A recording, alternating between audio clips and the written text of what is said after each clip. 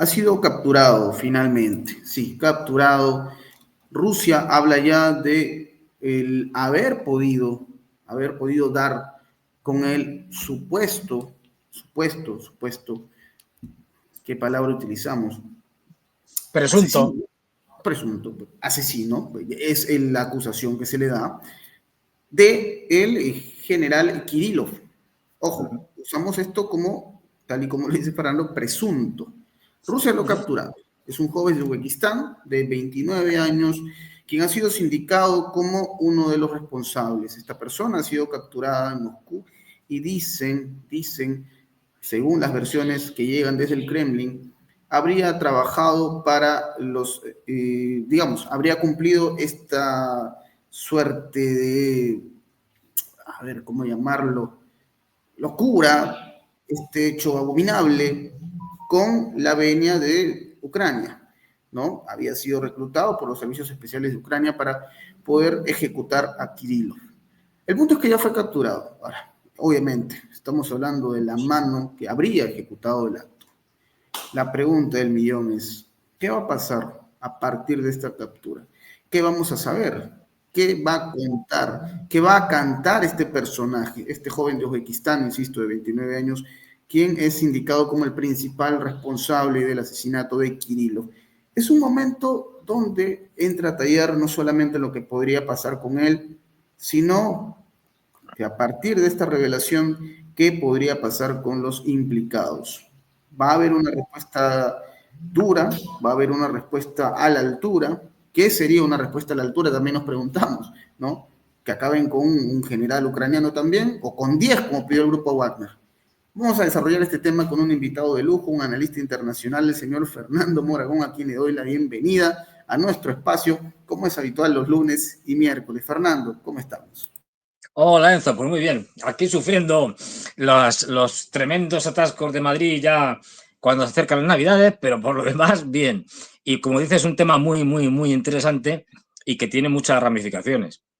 Sí, tiene muchas ramificaciones porque hay un abanico de interrogantes que aparecen, ¿no? Desde ambos lados, aquellos que aplauden el cómo ha manejado Rusia el conflicto y que están de acuerdo con la moderación que muestra Vladimir Putin, porque finalmente esto ha evitado que estemos en peligro, porque un conflicto entre dos potencias nos llevaría precisamente al acabose. Pero también hay quienes dicen, ¿no se estará pasando de generoso Vladimir Putin, o mejor dicho, el gobierno ruso? ¿No es que acaso Ucrania ha demostrado, y no solo Ucrania, sino también la OTAN, han demostrado no tener ningún tipo de reparo? Hay muchas cosas que van por ahí y lo vamos a conversar, Fernando. A ver, primero, ¿qué impresiones tienes sobre este hecho ocurrido con Igor Kirillov, quien es una persona reconocida en Rusia? Se ha hablado mucho de él. A ver, para que se pronuncie, María Zaharova, el señor Dmitry Medvedev, ¿no? Digamos, hablamos de gente que con mucho peso en el círculo de poder ruso, es porque es alguien con mucha historia y trayectoria, ¿no? Más allá de ser el jefe de las tropas de protección nuclear, biológica y química de Rusia, era una persona con mucha influencia. Bueno, acabaron con su vida y aparentemente encontraron al responsable, a un joven de 29 años de Uzbekistán, pero esa es otra historia. Lo importante, ¿qué llega o qué viene a partir de esto, Fernando? Impresiones de este momento tan crítico en Rusia. Pues es complicado, porque efectivamente esto viene de lejos, ¿eh? Hay un debate en Rusia, tanto a nivel popular de la población rusa como a nivel del establishment, a nivel de, digamos, de los dirigentes rusos, en todos los sentidos, políticos, económicos, es decir, y académicos, todo. Hay un debate, incluso un debate abierto, con posturas muy, muy contradictorias, ¿no? Y cada vez se va imponiendo con el paso del tiempo, por lo menos en ese debate, no digo, bueno, en última instancia la decisión la tendrá que tomar Putin, que no olvidemos, es el jefe del Estado y como jefe del Estado es el jefe de las Fuerzas Armadas y es el que en última instancia decide, pero es un debate cada vez mayor y que se da en los medios de comunicación rusos de gente que pide mano dura con el tema de la respuesta o más que la respuesta a este tipo de atentados, sobre todo de una guerra que a veces se comprende mal porque por parte de Rusia, porque es la guerra que digamos, extremadamente humanitaria para lo que son las guerras habitualmente. Bueno, pues si la comparamos con los norteamericanos hacen unas barbaridades que, bueno, o sea, lo primero que hacen es entrar, bombardear durante un mes, 2, 3, los que haga falta y dejar el país arrasado. Y luego ya pasan a la siguiente fase, cosa que no han hecho los rusos. Es verdad que también porque el concepto de la aviación o de cómo utiliza la aviación Rusia es distinto de la estrategia de cómo utiliza la aviación Estados Unidos. Esa es otra historia. Pero quiero decir que, y además esas capacidades rusas que al principio, digamos, no hay que olvidar que la operación militar especial cuando se lanza le pilla un poco a Rusia contrapié. No estaban preparados para esto, de ahí que sea un desastre. Esto lo ha reconocido el propio Putin, quiero decir. Inicialmente la operación militar especial es que no dieron ni una, fue un desastre. De ahí que se intente pactar especialmente en marzo, primero con el mismo ya a finales de febrero, si mal no recuerdo, las primeras conversaciones que hay en Bielorrusia y luego posteriormente las famosas conversaciones en Turquía, donde se había llegado a un acuerdo prácticamente ya casi cerrado hasta que llegó Boris Johnson y le dijo a Zelensky, nada, hasta el último ucraniano. Y se acabó. Pues porque Occidente, no lo olvidemos, Ucrania es un proxy de Occidente, es un país que está utilizando Estados Unidos para debilitar, para incluso, que era lo que querían, demoler Rusia.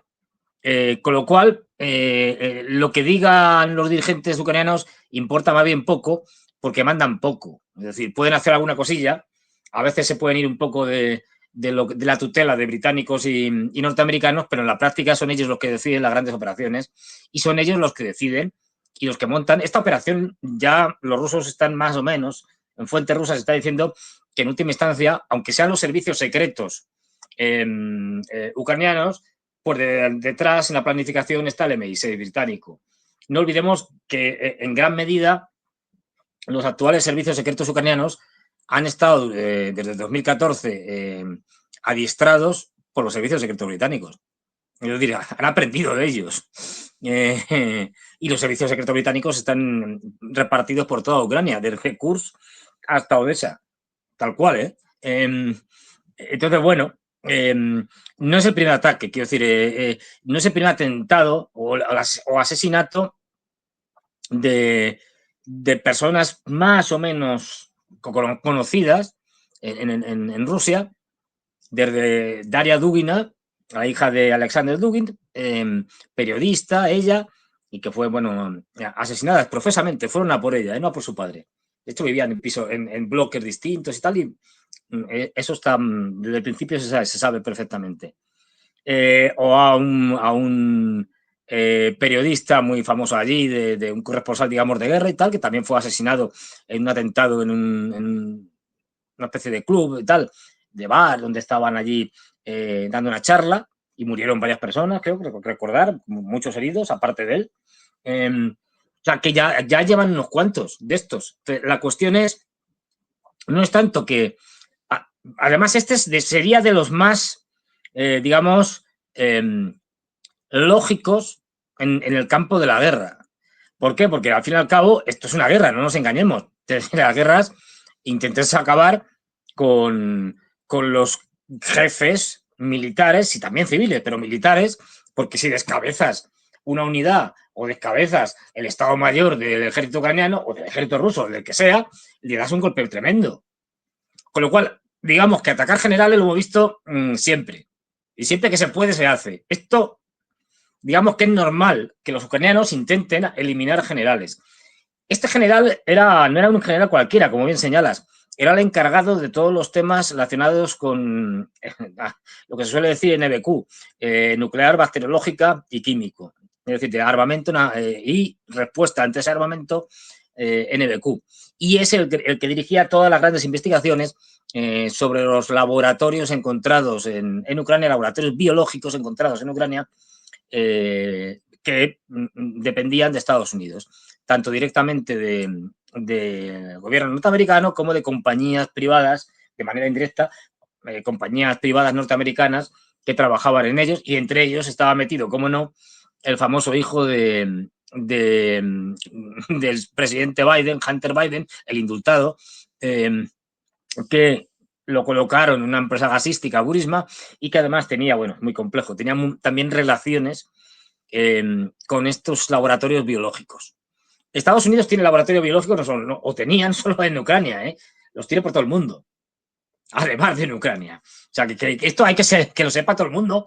Y de hecho, una de las cosas que hace poco ha salido es un informe oficial del Congreso norteamericano, O sea, nada sospechoso de ser, en fin, conspiranoico ni nada de esto. Y el propio Congreso norteamericano ha estado investigando, digamos, a ver cómo lo decimos, a ver cómo lo digo, esos problemas de salud que hubo en 2020, ya me entendéis. Claro. Que usabas tapabocas. No, esto ha salido publicado, es accesible. Sí, Está ya la investigación hecha por el Congreso y sus resultados y conclusiones. Y lo que dice es que ese problema que surgió en una ciudad china, que todos conocemos, pues surgió porque había inversiones de Estados Unidos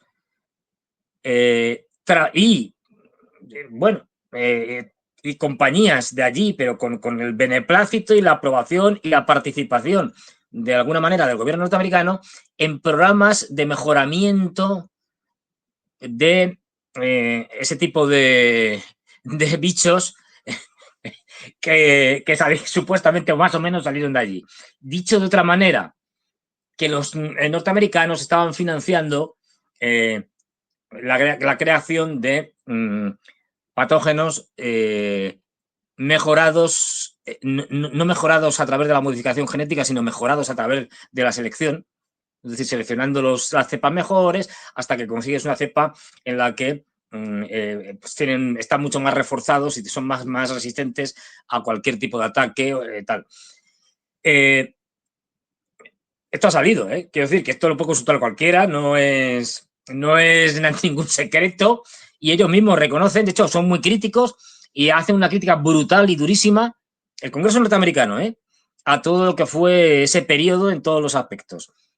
Con esto señalo que no es nada nuevo, es decir, Fort Detrick es el famoso gran centro norteamericano de experimentación biológica donde se trabajan armas biológicas. Se sabe que existen, quiero decir, y se han utilizado en cierta medida, ¿no? Pero armas biológicas, ya digo, de hecho los norteamericanos las han llegado a usar incluso, y esto está también documentado y es público, con sus propios ciudadanos, a los que han contaminado para ver qué efectos tenía determinadas enfermedades. Es muy conocido, por ejemplo, el caso del Anthrax, que es una de las armas biológicas, digamos, de manual. Y recordemos que en todo este tema siempre muy, muy complejo y muy secreto, digamos, un caso muy conocido. Es que, si recordamos los famosos atentados del 11 de septiembre, al poco tiempo empezó a haber en Estados Unidos casos de infecciones y algunas muertes por Anthrax. Hubo una campaña mediática tremenda, esto es una guerra biológica lanzada contra Estados Unidos, con lo cual, digamos, se incrementó aún más si cabe toda, digamos, el miedo por un lado, el nacionalismo por otro, ante ataques de los yihadistas, de Bin Laden y compañía, en fin, todas estas cosas. Es decir, y ya digo, se tomaron medidas tremendas y tal. Bueno, estas eran cartas que se mandaban y que estaban contaminadas con este patógeno, con Anthrax. Y bueno, pues aquello se desinfló, ya no llegaron cartas, hubo algunos fallecidos, no muchos. El resto, bueno, se curaron y pasó el tiempo, pasaron como 2 o 3 años. Y lo que luego salió es que la persona, esto lo que dijeron las fuentes oficiales, decir, lo que consta de las detenciones que hubo en su momento y las investigaciones hechas por por el FBI, por los servicios de seguridad norteamericanos, lo publicado por ellos, y por los medios de comunicación norteamericanos. No es ninguna cosa que venga de los rusos, de los chinos. No. Esto, diario, fácilmente consultable. Pues al final se determinó que, y se detuvo, me parece recordar, que quien había mandado esas cartas no era ningún yihadista, qué casualidad, era un científico norteamericano que había estado trabajando en estos laboratorios del máximo nivel. Hay 3 niveles, ¿no? El 1, el 2 y el 3 de seguridad, pues en el 3. Que había estado trabajando en estos laboratorios y que creo que casualmente cuando se le fue a detener o poco después y tal, murió, como suele pasar en estas situaciones. No me acuerdo si fue en un tiroteo o tal, en fin, lo típico, para que no hable. Y ahí quedó cerrado el caso. Pero no fue nadie, fueron, qué casualidad, un científico que trabajaba para los laboratorios encargados de la guerra biológica en Estados Unidos. ¿Qué había detrás de todo eso? Pues no lo sabremos, seguramente nunca. Pero no fue nadie de externo. Quiero decir, que la guerra biológica, bueno, lo que se dijo es que era una venganza, no sé qué, tal, que el tipo estaba chiflado, lo de siempre. Pero a ver, estas cosas no son tan fáciles, ¿eh? Yo si quiero hacer una cosa por el estilo no puedo, pues no tengo acceso, ni los conocimientos, ni nada por el estilo. Quiero decir que, desgraciadamente, eso lo han hecho muchas veces con su propia población. Y esto está ya también, es decir, documentado e incluso reconocido por las autoridades, con documentos desclasificados, etcétera. O sea, que no es ninguna novedad. Especialmente lo hacían con lo que allí llaman afroamericanos, ¿ya me entendéis? Porque, claro, como son afroamericanos, como que no es lo mismo. Da más igual. Ya me entendéis por dónde van los tiros. Y bueno, con lo cual ya digo, esto es muy importante. Y este señor, Kirillov, era el jefe encargado de armamento nuclear, sobre todo de defensa, investigación, desarrollo y contramedidas, fundamentalmente contramedidas en temas nucleares, bacteriológicos y químicos. Y era el que llevaba todas las investigaciones de lo de Ucrania. Se llevó incluso a Naciones Unidas, por supuesto fue vetado, vamos, se llevó el informe y tal, se propuso debatirlo y estas cosas, y los norteamericanos se negaron. Lo de siempre, vamos.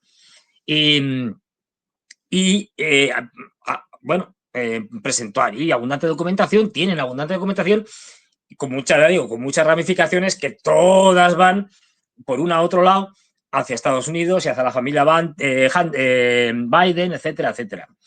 Entre otros muchos, con lo cual era una persona especialmente relevante.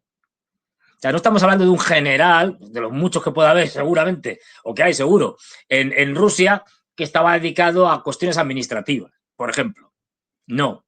Estamos hablando de un general especialmente, en un puesto especialmente delicado, que tenía una labor que era incluso públicamente conocida en el sentido de que había salido dando informes en conferencias de prensa, etcétera, etcétera. O sea, que era un personaje, digamos, relativamente conocido.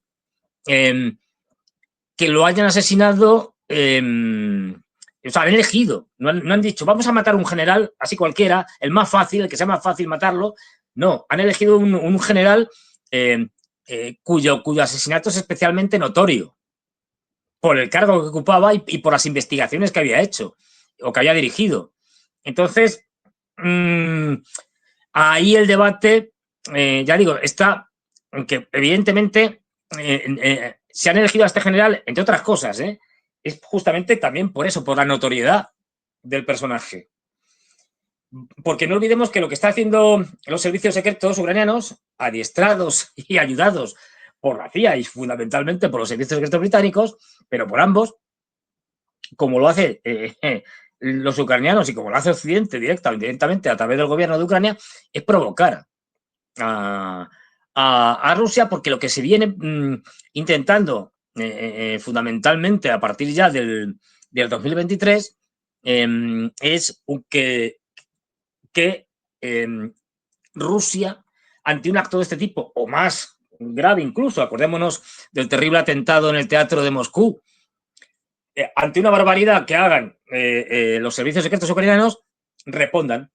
Y respondan, digamos, con una respuesta que esa respuesta sea muy dura, muy brutal, de tal manera que eso justifique una intervención ya abierta y descarada, vamos, descarada es abierta y de la OTAN para poder justificar ante su población el que hay que mandar tropas a Ucrania. ¿Y por qué se quiere este elemento de mandar tropas de la OTAN a Ucrania? Porque es la única manera de que Ucrania no pierda, o por lo menos de que se alargue la guerra, porque si no, esta guerra no pasa de esta primavera. De ahí que Biden esté echándolo todo, es decir, está echándolo todo tanto desde el punto de vista de la financiación, que está por ahí aprobando presupuestos de un sitio y de otro para dárselos a Zelensky, y que así Trump lo tenga más difícil, y también está haciendo todo tipo de cosas, de maniobras, leyes, etcétera, para que cuando llegue Trump le sea prácticamente imposible desescalar el conflicto y que pueda dedicarse a otras cosas. Ahí justo, Fernando, quería llegar eso está relacionado con que lo hagan ahora. Es decir, no olvidemos una cosa. El GUR me parece que es, ¿cómo se llama? O el, no, el GUR no, o el S, ¿cómo no me acuerdo las siglas ahora de los servicios secretos ucranianos? No hacen nada sin el conocimiento y la aprobación de norteamericanos y británicos. Es decir, esto no lo habría, no se les ocurre hacerlo por cuenta propia. Okay, no. O sea, que es un intento de provocación más para que Rusia responda. Lo que pasa es que en esto Rusia lo ha tenido muy claro desde el principio. Bueno, desde el principio no. Desde el 2022, a partir de que toma el mando de la operación militar especial Surovikin, el general Surovikin. Y es una guerra de desgaste, esto no funciona, esta guerra la vamos a ganar, no hay posibilidades de perderla. Y es de hecho lo que está pasando, con lo cual vienen aplicando esa guerra de desgaste, están destrozando al ejército ucraniano, están destrozando el propio país ucraniano, pues deselectrificando, es decir, produciendo todo tipo de situaciones cada vez más insostenibles y saben bueno, que esto se les viene encima una derrota, pero una derrota, ya digo, el año que viene antes del verano, porque ya no hay capacidades reales. De ahí que para evitar que Trump deje más o menos, no es que vaya a acabar con la guerra ni nada por el estilo, no, pero bueno, que lo deje como un escenario secundario y se vaya y se dedique a lo que fundamentalmente quiere, que es China. Para evitar eso, la administración Biden está haciendo todo lo posible para que el lío sea tan grande, la escalada ya esté montada y la respuesta rusa sea inevitable. Y veremos más cosas de estas en el más o menos mes que queda. Porque no olvidemos, queda un mes hasta el 20, Trump no es presidente. Y eso es justo lo que quería mencionar, Fernando. Esto, a ver, para entenderlo, ¿no? Porque seguramente muchos lo ponen dentro del cuadro de hipótesis. A ver, esto no se trata de, por ejemplo, cuestión de herencia, ¿no? O sea, vamos a ponerlo así. Lo que pueda pasar, lo que se pueda decidir en la administración Biden, que sea nocivo para la relación que pueda tener Estados Unidos con Rusia, necesariamente va a tener impacto en la era Trump, es decir, Donald Trump no puede sencillamente desentenderse cuando le toque asumir y decir, bueno, esta es una decisión que yo no tomé siendo presidente, así que propongo un borrón y cuenta nueva. No es tan sencillo que Trump haga algo como esto, es, digamos, prácticamente llegar ya en pleno incendio. A ver, no olvidemos que quien manda en Estados Unidos no es el presidente, ni el vicepresidente, ni el gobierno de turno, es el Estado profundo, los grandes poderes económicos, las grandes corporaciones, el complejo militar industrial, todo el tema de las grandes tecnológicas, el complejo farmacéutico, etcétera. Todos los grandes actores son esos de verdad, y no son los políticos que son representantes de esas grandes corporaciones, fondos de inversión, etcétera. Y Trump es presidente porque han querido o han permitido que lo fuera. Ya hemos visto que ha habido los intentos de asesinato de Trump. Como por la razón que sea no han prosperado, pues habrán decidido en un determinado momento que les convenía más tener a Trump y a los republicanos, digamos, que tenían los demócratas porque ya estaban, digamos, agotados. Ya no se podía sacar más de una administración demócrata. Hay más razones que luego, si quieres, si hay tiempo, podemos hablar de ellas, pero eso ha llevado a que ahora pisen el acelerador con el tema de, a través de Biden, que es un intermediario, pisen el acelerador para que cuando llegue Trump en el tema de Ucrania, además de las presiones que va a tener el Estado profundo, pues tenga que seguir en una guerra que le es muy lucrativa. No lo olvidemos, a Estados Unidos. Se acaban de aprobar los presupuestos hace no mucho, o no sé si se aprobaron o se ha presentado el proyecto, creo que se ha presentado el proyecto, en el cual el presupuesto, como siempre, cada año bate récord, el presupuesto de defensa del Departamento de Defensa en Estados Unidos anda por los 800 y pico mil millones de dólares, el oficial, el real es mucho mayor. Trump lo va a subir, como hizo durante sus 4 años, que fue subiendo uno tras otro. Entonces, el complejo militar industrial ahora mismo tiene un gran negocio con las guerras y en concreto con la guerra de Ucrania, donde le está vendiendo a los europeos unas cantidades de armamento espectaculares. Es decir, si alguien quiere asegurarse, si tiene un poco de dinero y quiere asegurarse, digamos, una cierta rentabilidad a corto y medio plazo, que invierta en acciones de las grandes empresas norteamericanas de armamento, que se están forrando. Es decir, están vendiendo todo lo que no han vendido en muchos años. Y bueno, con lo cual no le van a dejar que baje la acelerada allí y se lo están poniendo muy difícil. También hay que ver el lado ruso. Los rusos tampoco es que estén muy por la labor de negociar, aunque todo el mundo diga, porque eso tienes que decirlo porque queda bien, si no quedas mal, ¿no? Quedas como el malo de la película. No, yo siempre estoy dispuesto a negociar si hay propuestas razonables, etcétera, etcétera, etcétera. Esto es retórica. No, los rusos no tienen ninguna razón ahora mismo para negociar nada. Está ganando la guerra. Saben que la van a ganar en un plazo relativamente corto, es decir, el año que viene. No estamos hablando que la van a ganar dentro de 20 años. Que además, para que ellos puedan negociar algo, si es que hay algo que negociar, se tiene que cumplir una serie de condiciones que se pusieron en junio de este año por parte de Putin de una manera muy clara y que ahora mismo no se cumplen la mayoría, ni están dispuestos, ni la administración Trump estaría dispuesta a concederle todo eso. Lo que quiere hacer Trump es, digamos, revestir, barnizar, camuflar la derrota. Esto va a ser una derrota de la OTAN espectacular, como no ha existido nunca. La gran derrota de la OTAN. Y esto hay que disimularlo. Hay que intentar que no trascienda demasiado, que no lo parezca, aunque lo sea. De ahí que se intente hacer algo con Putin de tal manera que cuando Putin gane e imponga prácticamente, ¿qué es lo que va a pasar? Una rendición incondicional a los ucranianos, pues esto se revista con otros ropajes y que parezca otra cosa. Ya se encargarán luego con los grandes medios de comunicación de masas occidentales de decir que ha sido un triunfo y darle la vuelta a la tortilla, como suele hacer habitualmente, aunque la realidad vaya por otro lado, eso da igual. Y también no olvidemos que Trump tiene también unos intereses enormes con el complejo militar industrial, que también apoyó, aunque apoyó más a Biden, pero invierten siempre en los dos partidos, en los dos candidatos, por si acaso. Es decir, y ahí él tiene que garantizarles las ventas en Europa y eso se garantiza con que el frente europeo continúe. No olvidemos que aunque el tema de Ucrania se acabe, inmediatamente después, o vamos, en algún momento, cuando ya Ucrania no dé más juego, se va a activar el de Moldavia, está clarísimo. Y lo hemos visto con el tema de Rumanía, que es el soporte desde el punto de vista militar para poder activar el conflicto en Moldavia y en lo que quede de la parte, digamos, que rodea de Ucrania, que rodea a Moldavia. No, y aparte que la OTAN ha enviado alrededor de 2.000 soldados, me parece, hace poco veía una Sí, información. están enviando más soldados y fíjate claro. que ya Trump, Trump y el entorno de Trump lo están diciendo. Señores de la OTAN, es decir, europeos, para que nos entendamos, esto primero tienen que cumplir, que todavía hay algunos que no lo cumplen, como los españoles, lo del 2% de gasto militar del PIB. Pero, y los que lo cumplen, no. Les vamos a poner un 3% y ya hay algunos que se están pensando el que tengan que subirlo al 4%. Pero el 3% casi seguro.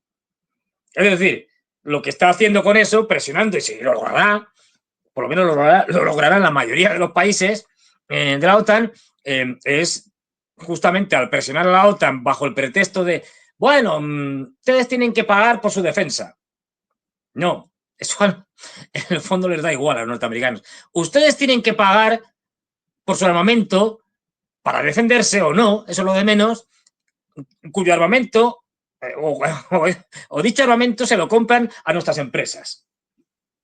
Por eso tienen ustedes que subir los presupuestos, para gastar más en defensa y comprar más armamento a las empresas norteamericanas. Si lo usan o no, como si lo tiran al mar, me da igual. Es decir, con tal de que ustedes incrementen los presupuestos de defensa y se lo van a gastar, obviamente, en mis empresas de armamento. Esto es lo que realmente quiere Trump y que lo que va a garantizarles vamos, eso lo ha garantizado al complejo militar industrial. Y igual hará con otras cosas. Es decir, él tiene que pactar, si no lo ha hecho ya, con los grandes poderes fácticos de Estados Unidos, porque si no, le va a pasar como en el primer mandato. No le van a dejar hacer nada. Pero nada. No olvidemos que él quería irse de Siria. Y no le dejaron. Se rebelaron. Las tropas siguieron allí, a pesar de que él dio, en la práctica, yo no lo digo así oficialmente, pero bueno, por lo que se sabe, dio la orden de que se fueran. Y le dijeron, no, no se van a ir. Si es que el presidente no manda. A ver si lo metemos en la cabeza, que no manda. Tiene cierto margen en ciertas cosas, pero los que mandan son los poderes fácticos. Y esos, y como el Estado profundo, y esos no, es decir, las grandes élites burocráticas de todo el Estado norteamericano a nivel federal, por decirlo así muy esquemáticamente. Y esos son los que determinan y que te sabotean. Y conocemos casos de que el FBI o la CIA o el Departamento de Estado o de Defensa y tal, esos altas élites han boicoteado programas enteros de presidentes y administraciones, tanto demócratas como republicanas, porque estaban en contra de sus intereses y se los han cargado. Que no olvidemos que esto es porque se ha habido ya, que a Kennedy lo mata la CIA, porque quiere hacer cosas que el Estado profundo que ya tenía en aquella época no estaba por la labor. Así de claro. Y ese ya, sí, a partir de ahí ya todos los demás saben que no se puede salir del carril. Y ninguno se sale. Es decir, unos tienen más margen que otros dependiendo de diferentes factores, pero en lo fundamental, en lo que realmente les importa a ellos, no tienen margen ninguno. Entonces, que no se depositen tantas esperanzas con Trump, porque Trump, Claro. es decir, si se enfrenta abiertamente al Estado profundo, perderá. No, y aparte de Sí, eso, claro. Fernando, los rusos ya lo sabían, ¿no? O sea, lo que estás diciendo ahora mismo, yo recuerdo claramente que lo mencionaba en su momento, por ejemplo, Sergei Lavrov, ¿no? María Zaharova también. Hablaban de cómo es que más allá de lo que pueda proponer Donald Trump, más allá de lo que pueda significar tener a Kamala o a Trump como gobierno, había un deep state, ¿no? El estado profundo que se encargaba de tomar decisiones que probablemente no dejarían que ya sea Kamala Harris o Donald Trump tomen alguna decisión que sea distante. Y eso nos habla de una Rusia, y considerando lo que mencionó Fernando, que no se va, digamos, a llevar una sorpresa, ¿no? O sea, No. lo tienen calculado, saben a lo que se enfrentan, saben que probablemente Donald Trump, ya hasta algunos expertos rusos, ¿no? En medios como si la RFU dicen abiertamente, este señor es un vendehumo, no tiene el poder que dice tener para poder acabar con el conflicto, o más allá de que pueda tener la intención, está claro que no tiene el control de este deep state. Entonces, los rusos al menos lo saben, no se van a llevar una sorpresa mayúscula, ellos lo saben desde que empezó el conflicto, y esto nos habla, por supuesto, que tienen unas bajo la manga, que tienen ya una serie de decisiones que están ahí enfriándose, que en su momento será necesario que las puedan sacar de la baraja, demostrar y ejecutarlas, ¿no? Yo imagino que hay un plan B, un plan Sí. C, un plan D por parte de Rusia para lo que pueda pasar en 2025, que todo indica, Fernando, será digamos, el nudo de todo lo que se está contando ahora mismo. Sí, estamos en un increciendo. Es decir, en 2022 fue un increciendo con respecto a 2021, en todos estos temas, 2023 con respecto a 2022, 2024 con respecto a 2023 y 2025 lo va a ser con respecto a 2024. Es decir, cada vez peor, aunque haya cuestiones concretas que se puedan ir medio cerrando. A ver, lo que quiere Trump, efectivamente, y lo que es que los rusos, cuando él llegue ya a la presidencia, ya ha nombrado todos sus secretarios de Estado, de Defensa y tal, cuando ya esté todo ese lío montado, los rusos ya hayan prácticamente ganado. Con lo cual, él puede decir, mire usted, que ya no puede hacer nada. Si es que ya han ganado. Es decir, esto es lo que quiere. Que se den prisa. Para que cuando llegue él, le diga al Estado profundo, che, que yo ya no puedo hacer nada. Es que esto ya no tiene solución. Y entonces el Estado profundo le diga, pues sí, efectivamente, esto ya no da para más, vamos a buscarnos otra cosa. Básicamente es eso. Los rusos lo tienen muy claro. Ahora bien, vamos a ver esa presión, porque no lo olvidemos, es decir, está suponiendo un desgaste para Rusia, fundamentalmente desde el punto de vista humano. Y eso, bueno, ahora mismo lo están haciendo muy bien, han sabido esa operación militar especial, que al principio fue un desastre, que luego estuvo sin norte hasta que la llegada del general Surovikin en septiembre, finales de septiembre, octubre del 2022. Ahí a partir de ahí lo han sabido enfocar muy bien hasta el punto de que han conseguido convertirse ahora mismo en el primer ejército en cuanto a capacidad y experiencia militar. Esto es reconocido por el jefe de la OTAN, el general Cavoli, es decir, que mal no recuerdo, o Cavalli o algo así. Es decir, que ahora mismo es el mejor ejército porque tiene la mejor preparación sobre el terreno y por lo tanto saben combatir mejor que los norteamericanos. Así de claro. Dicho por él, ¿eh? O sea, que esto lo saben también los rusos, pero tienen esa presión que señalábamos antes. Es que, claro, dices, los ucranianos ya sabemos que es una provocación y que lo que quieren es desviarnos de nuestra estrategia, que ya está bien definida, y que no tenemos que caer en esas provocaciones. Pero también dicen, hombre, se podían hacer otras cosas, ¿no? Ya han hecho algún pequeño detalle, como fue lanzar el Oresnich, el famoso misil este que cayó en Dnipro, en la fábrica esta de misiles. Podrían lanzar otro.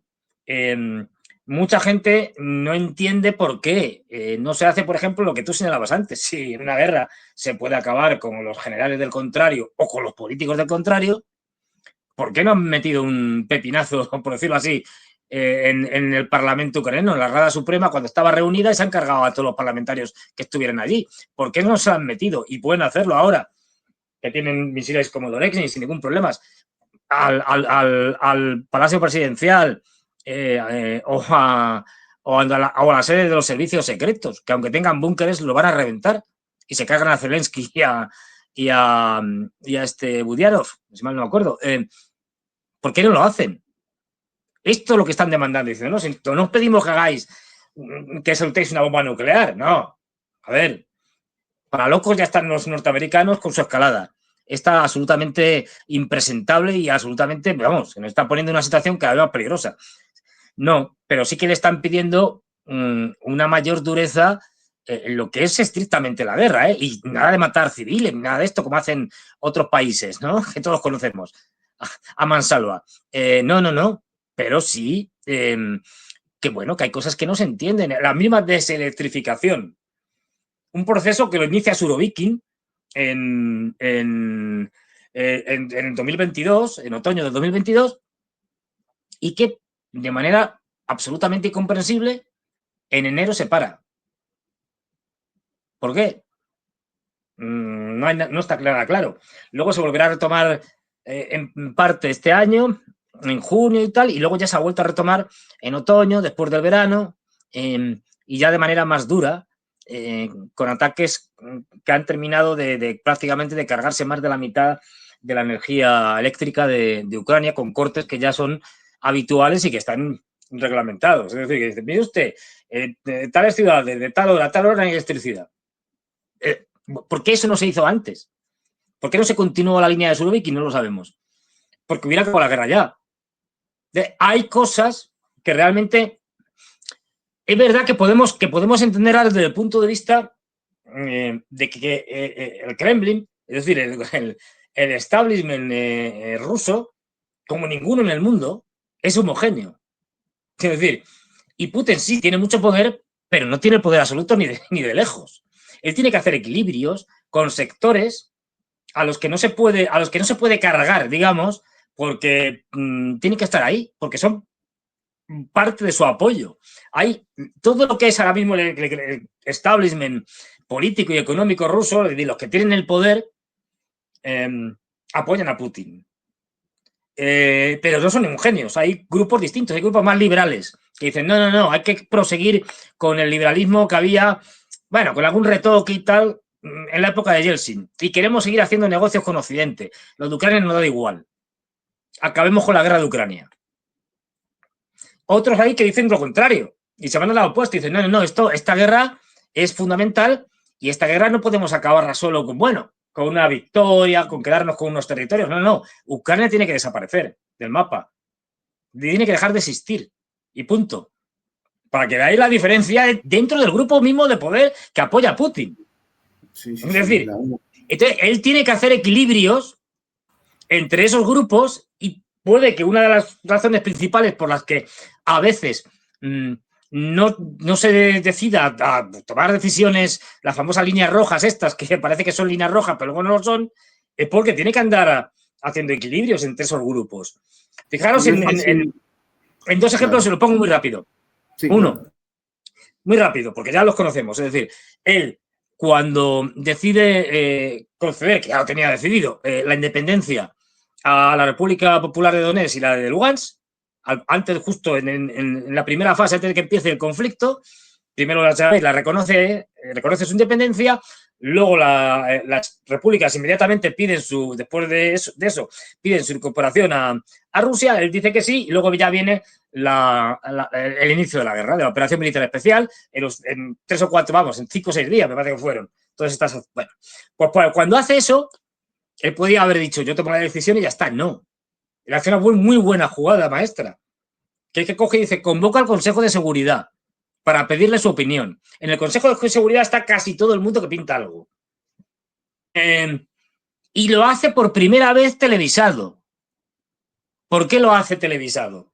Porque les va a preguntar, como así pasó, ¿ustedes están a favor de conceder la independencia, o sea, reconocer la independencia de Lugansk, de la República Popular de Lugansk y de Donetsk, sí o no? Es decir, tuvieron que mojarse, tuvieron que, cara a la población rusa, decir no, yo estoy a favor. Claro, todo el mundo dijo que sí, es decir, que estaba a favor, con lo cual él se estaba garantizando que todos estos ya eran, entre comillas, cómplices de Putin, porque habían dicho que sí públicamente a su decisión, que él todavía no la había hecho pública ni la había tomado, con lo cual se podía escudar también diciendo, he reunido al Consejo de Seguridad, les he preguntado a todos los miembros del Consejo de Seguridad, todos me han dicho que sí, por lo tanto yo, ante la unanimidad del Consejo de Seguridad, estoy de acuerdo con ellos. Es decir, que le paso la responsabilidad al Consejo de Seguridad, que unánimemente me ha dicho que sí. Es decir, que es una jugada maestra de Putin, porque tiene que hacer equilibrios y tiene que garantizar que esto no le van a dar no le van a traicionar. Fíjate otro caso, el de Shoigu, un ministro que ha sido un desastre como ministro de Defensa en los últimos años y desde luego desde que empezó la operación militar especial. Un desastre. Y bien, él no dice, no lo sustituye. ¿Por qué no lo sustituye? Porque es uno de sus elementos duros dentro del poder duro del Kremlin. No se lo puede cargar, aunque quiera. ¿Cómo lo elimina? ¿Cómo hace para quitarlo de en medio? Sin que, digamos, quede la cosa mal. Para no cesarlo, porque no puede. Pues se espera a las elecciones presidenciales de este año. Las gana y como en el momento que el presidente las gana, antes de asumir la presidencia, el nuevo presidente, en este caso Putin, reelegido, el gobierno tiene que dimitir en pleno, obligatoriamente, por ley, ahí aprovecha para nombrar un nuevo ministro de Defensa distinto, pero no le cesa. Simplemente es que, y además, para que no quepa duda, digamos, para que no se piense demasiado que lo está castigando, le da un puesto, digamos, de relumbrón, pero que pinta mucho menos. Y es que lo asciende, entre comillas, esto es muy típico de Rusia, te ascienden a un puesto que es muy en el que figuras mucho, pero tiene muy menos poder que en el que estabas. Y lo nombra secretario general del Consejo de Seguridad ruso. Y pone de ministro de Defensa a un tipo que lo va a hacer y lo está haciendo mucho mejor, que es Belousov. Es decir, no, pero no pudo cargárselo. Y sabía que no podía cargárselo. Ha tenido que hacer toda esta operación para que no parezca que lo que estaba haciendo era una destitución de Sergei Shoigu. ¿Y qué es lo que ha pasado cuando ha llegado Belousov? Pues una de las cosas que ha pasado es que ha empezado a purgar el ejército y ha empezado a salir generales y altos oficiales que estaban metidos en cuestiones de corrupción. Algunos han sido destituidos, otros directamente han sido enjuiciados y están en la cárcel. Porque sí, es decir, y esto no lo podía hacer Shoigu porque era lo que se estaba haciendo bajo su mandato, por decirlo suavemente. Tenía que venir uno de fuera a hacer las purgas y eliminar todos, o por lo menos una gran parte de todos esos generales corruptos que fueron, entre otras cosas, culpables de la mala logística rusa. Ok, esa es una explicación razonable, ¿no? A ver, hablamos de más de 17 millones de kilómetros de superficie. Sí, ¿no? Que no está mal. Hablamos de Rusia y hablamos de que tener que decidir en el país más extenso y obviamente con tanta gente involucrada, tantos intereses, tener muñeca y equilibrio no es fácil, no es sencillo. No, es muy difícil. Por eso digo que tiene mucho mérito. Es decir, o sea, Putin es un gran táctico, sabe moverse muy bien en un mundo que conoce el de la política tanto interna como externa perfectamente. Sí, es tal cual. Pero bueno, Fernando, como siempre pasa que tenemos estas conversaciones tan ricas, lleva siempre ahí el amo y señor del tiempo, ¿no? El reloj, y nos dice, ha llegado el momento de concluir la entrevista, pero por supuesto agradecerte por esto, Fernando, y por favor, cuéntanos, querido Fernando Mondragón, ¿dónde te podemos encontrar en YouTube, en otros canales? Por favor, cuéntale. Pues nada, bueno, como estáis viendo, los lunes y los miércoles aquí en Prensa Alternativa, más o menos a las 21 horas, si los atascos de Madrid me lo permiten. y luego, los martes y los jueves en el canal de Ariel Umpierrez, también a la misma hora, a las 21 horas. Posteriormente, los viernes, por libre, pero dentro, o sea, yo solo, pero dentro del canal de Ezequiel Vistoletti, ahí tengo un programa que es, lo hemos cambiado la hora, ya a las 23 horas de la noche, de los viernes, hora de Madrid, y luego ya el domingo, con Ezequiel, hay un mano a mano, pues a partir también de las 21 horas. Es decir, así que hay, aparte luego, pues de vez en cuando, cosas que hago en otros sitios eventualmente, no regularmente. Ok, lo tenemos en cuenta. Entonces, recomendación, ya saben, si quieren disfrutar de las notables exposiciones de Fernando Mondragón, entre a estos canales. En la descripción colocaremos la información para que usted pueda sumarse, pueda navegar en estos espacios. No olviden comentar, darle me gusta, compartir, suscribirse a estos canales y aquí también comentar, compartir, suscribirse si aún no lo han hecho. Gracias, Fernando, por tu tiempo, un placer como siempre. Y a nuestro querido público, mi nombre es Enzo Enchante, ya saben, pueden hacerse miembros también con el botón unirse que está en la parte inferior derecha, me parece, sí, en la parte inferior derecha de su celular. Nos vemos, hasta pronto. Hasta pronto, gracias.